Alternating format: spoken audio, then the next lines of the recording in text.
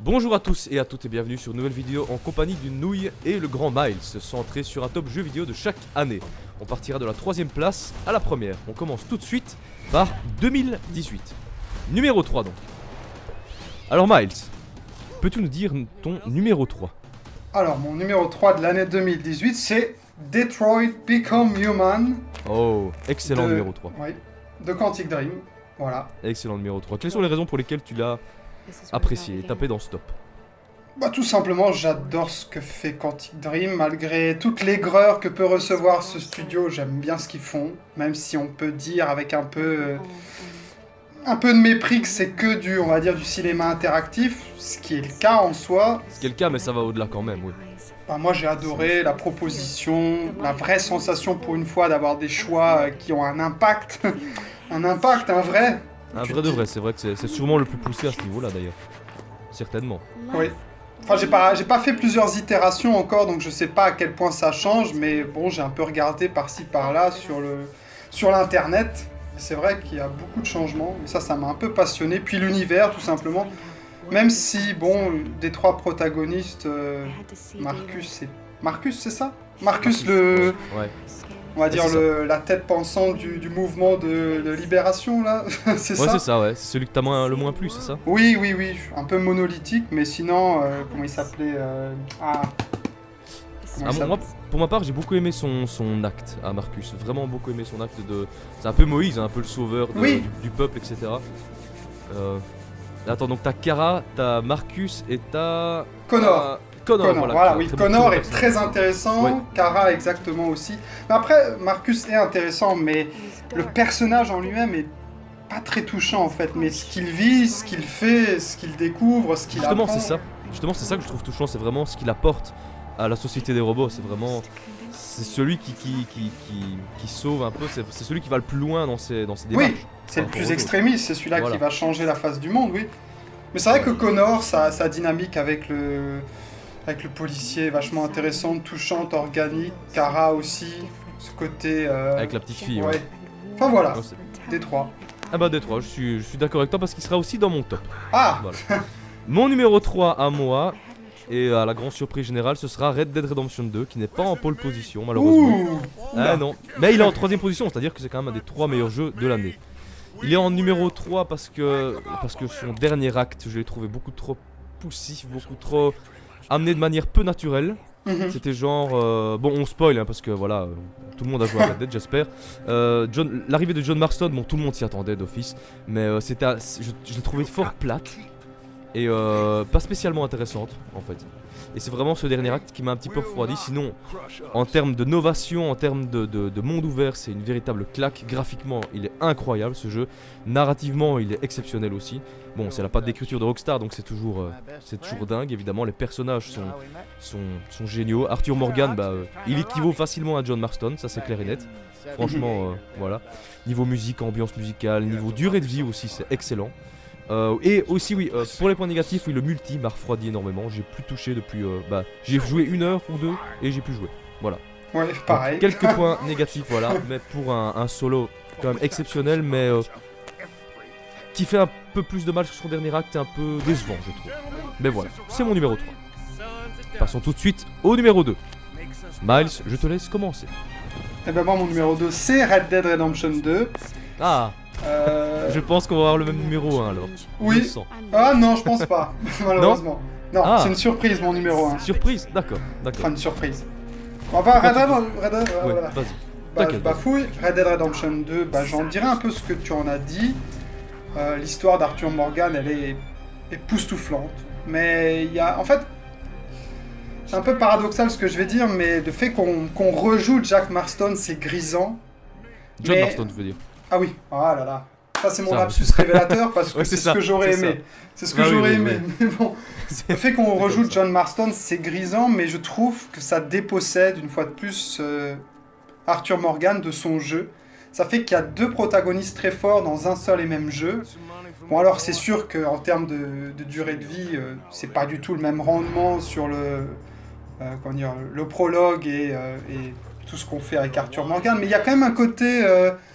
à qui est le jeu en fait, même si forcément ça fait le lien et tout, mais c'est vrai que ce qu'on vit avec John Marston, c'est pas très intéressant, On est d'accord. des petites missions bien plates, mais voilà, tout le reste, la cohérence du monde ouvert, dès que tu le traverses, il se passe un truc à chaque fois innovant, nouveau, aléatoire, complètement singulier, c'est à chaque fois une nouvelle aventure finalement. Tu croises des personnes, des animaux, l'histoire, les missions, il n'y en a pas une qui se ressemble. C'est pas des quêtes FedEx, la cohérence du monde, ouais, magnifique.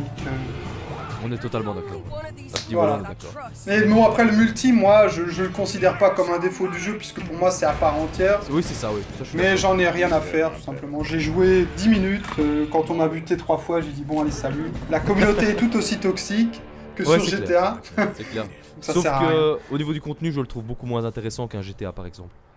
Bah, Mais j'ai c'est mon l'impression, avis, oui. J'ai l'impression que... Parce que et même en plus- GTA 5 au lancement était beaucoup plus complet, je trouve, Mhm. qu'un Red Dead Redemption 2 au lancement. Mais il y a eu plein de problèmes autour aussi de l'économie, non? Les zombies. Oui, ça se peut, oui, ça se peut. Mais Enfin voilà. mais voilà, Red Dead Redemption 2, excellent jeu. Voilà. Nous sommes d'accord. Mais pour mon numéro 2, du coup, bah, c'est une inverse totale par rapport à toi. On s'échange les places. C'est-à-dire que pour moi, c'est Détroit Become Human. En Ah. deuxième position. Voilà. Au-dessus de Red Dead, donc. Ouais, bah c'est bien. Au-dessus de Red Dead, ouais. Que Détroit, ça m'a énormément touché au niveau de son récit, au niveau de ses personnages, au niveau de ses enjeux, au niveau des choix que tu fais qui ont des conséquences énormes par rapport au scénario, évidemment. C'est clairement un des jeux les plus marquants à ce niveau-là. J'ai trouvé que il y avait un vrai boulot au niveau de l'acting aussi, Mhm. au niveau de l'acting des acteurs et tout, c'était vraiment super impressionnant. Bah, après, t'as tout dit, hein, sincèrement, je peux pas spécialement rajouter grand chose de plus. Mais il y a beaucoup de scènes qui m'ont énormément touché. Deux Ouais. en particulier, je vais spoiler, donc spoil pour ceux qui connaissent pas. C'est celle où Marcus rassemble tous les robots, Ouais. qu'il envoie des ondes pour les rassembler, qui crée une sorte d'émeute. et ça, Dans c'est la vraiment boutique, super c'est ça. ça? Dans la boutique?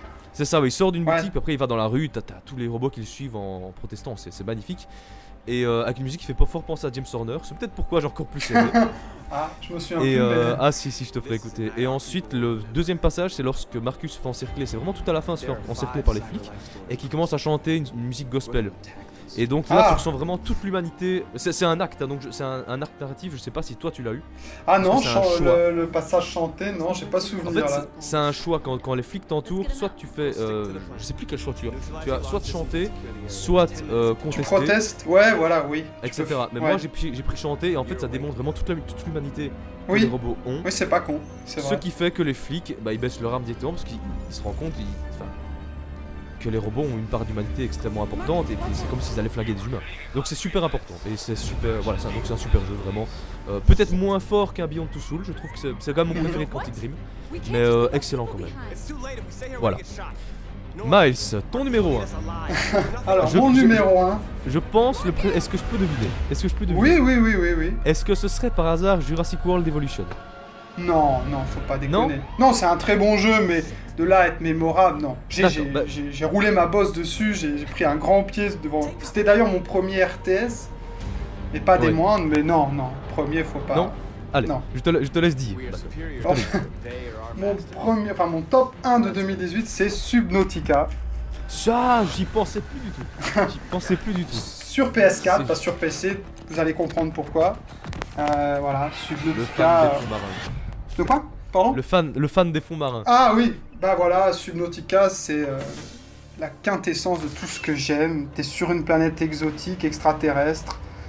Il y a un océan à perte de vue, il y a une faune, une flore, il y a des débris, il y a des épaves, faut survivre, faut visiter, faut aller toujours plus profond, il y a des sous-marins. Il y a tout ce que j'aime, voilà. En un jeu, il y a tout ce que j'aime. L'ambiance musicale, l'ambiance visuelle, elle est magnifique. C'est certainement un des jeux les plus buggés auxquels j'ai joué. Sincèrement, la version PS4, c'est une blague. Ouais. À ce moment-là. Il y a des pans entiers de jeux qui s'affichent avec de la latence. C'est horrible. J'ai, je sais pas, une dizaine de sauvegardes corrompues qui m'ont fait valser 5 heures de ouais. jeu. Quand même. Mais au-delà de ces défauts technologiques, voilà. Le rêve était constant avec ce jeu. Constant. Il lui porte un amour immense. Ah ouais, non, mais j'ai pris un pied. Pourtant, c'est un jeu pas très joli. Pas moche, mais pas très joli. C'est un peu beaucoup de farm vers la fin, mais rien que l'ambiance. Construire ta base Ça sous-marine. t'immerge quoi. Ça Ouais. t'immerge et ça te touche énormément. Ça, je peux Splendide. comprendre. Splendide. Et j'attends Below Zero, le spin-off, la suite qui devrait sortir cette année, je pense. Ah ouais. qui se passerait dans un univers glacé, enfin, sur une autre planète, mal, ou sur la même, mais je sais pas. Pas mal. Mais enfin voilà. Subnautica, donc ouais, je m'y attendais pas du tout, franchement. J'avais carrément oublié, mais c'est Bah, vrai tant que... mieux. Des surprises. Bah oui, c'est la grosse surprise. Bon, moi par contre, il y aura pas beaucoup de surprises, hein. Je pense que tu sais c'est lequel du coup. À moins que... Oula, j'ai un doute. T'as un doute? Oui. Je Allez, sais pas. je le dis, ça commence par un G. Facile. Ah, God of War. C'est God of War, mon premier, de 2018. Eh oui. Je m'y attendais pas spécialement, parce que bon, par exemple, Red Dead Redemption 2, c'est quand même la suite de mon jeu préféré, donc je m'attendais à ce que ce soit celui-là en pole position. Mais au final, c'est God of War. Pourquoi God of War? Parce que son récit m'a porté vraiment jusqu'à la dernière minute. Contrairement à Red Dead Redemption 2, je l'ai trouvé nickel. J'ai trouvé l'interaction entre les deux personnages principaux ultra touchante et pas spécialement cliché. Ça va dans des recoins scénaristiques qui sont assez osés, vraiment sympa. J'ai trouvé la mythologie, toutes les créatures, tout l'univers vraiment ultra impressionnant. La technique du jeu, donc c'est-à-dire le travail sur le visuel et aussi sur les temps de chargement, parce que c'est quand même un jeu qui n'a quasi aucun temps de chargement, qui fait tout en... Allez, comment... C'est un seul plan séquence ce jeu. C'est impressionnant. Et non, voilà, pour la musique aussi de Bear McCreary qui est géniale. Clairement la meilleure musique de cette année au niveau des jeux vidéo. Donc ouais, et c'est Red Dead qu'il a eu au Game Awards, je comprends pas, dommage, triste, voilà. Mais God of War, clairement, numéro 1. Le meilleur jeu de l'année 2018 pour moi. Donc Subnautica pour Mike, ouais. God of War pour moi. C'est vrai que je l'ai un peu boudé, God of War, c'est vrai qu'il aurait quand même une place. Mais je sais pas, au-delà de la maestria technique, je sais pas, ça m'a pas... Ça n'a pas été porté, non? Pourtant, il y a tout pour que j'aime, c'est l'interaction entre un adulte et un enfant qui traverse un monde comme ça et qui s'apprivoise, mais je sais pas... Je sais pas, l'univers, je crois qu'il me plaît pas trop, héroïco-fantaisiste. Même si j'ai apprécié le jeu, mais ouais, je sais pas. J'ai du mal à... Tu peux comprendre, chacun son... Bah chacun son... Tu sais, c'est comme moi, par exemple, avec le Medieval Fantasy, c'est pour ça que j'aime pas Skyrim, ni Oblivion, ni les jeux sur le Seigneur des Anneaux, j'aime pas. Parce que j'aime pas j'aime pas de base le Medieval Fantasy. Bon, il y a des exceptions comme Witcher 3, évidemment. Ah oui. Mais voilà. Mais donc je peux comprendre que non mais après attention, je le boude pas, hein. C'est un jeu fantastique. Non, c'est juste que t'as moins d'attache quoi. Ouais, mais je sais pas, pourtant Atreus et Kratos, il y a quand même une belle interaction, tu vois, ce père un peu bourrin qui se laisse pas, on va dire, qui s'ouvre pas à son fils, c'est beau, mais je sais pas. Je peux comprendre, sincèrement. Mais j'attends la suite, ça c'est sûr. Et tu as bien raison. Je tiens tout de même à préciser, donc voici notre top 1, donc, et il y a deux petits bonus, deux jeux que je n'ai pas cités, mais... Si je l'avais fait un top 5, ils auraient été dedans, c'est Spider-Man de Insomniac Games. Très très bon jeu. Et Sea of Thieves, oui, Sea of Thieves, que je trouve, je passe des heures et des heures et des heures dessus. C'est que multijoueur, mais c'est extrêmement fun et c'est un jeu détente, en fait, vraiment super cool. Voilà. Voici donc ce qui conclut notre bilan 2018 de top 3 des jeux vidéo. Merci Miles, et à la prochaine. Mais de rien, à la prochaine.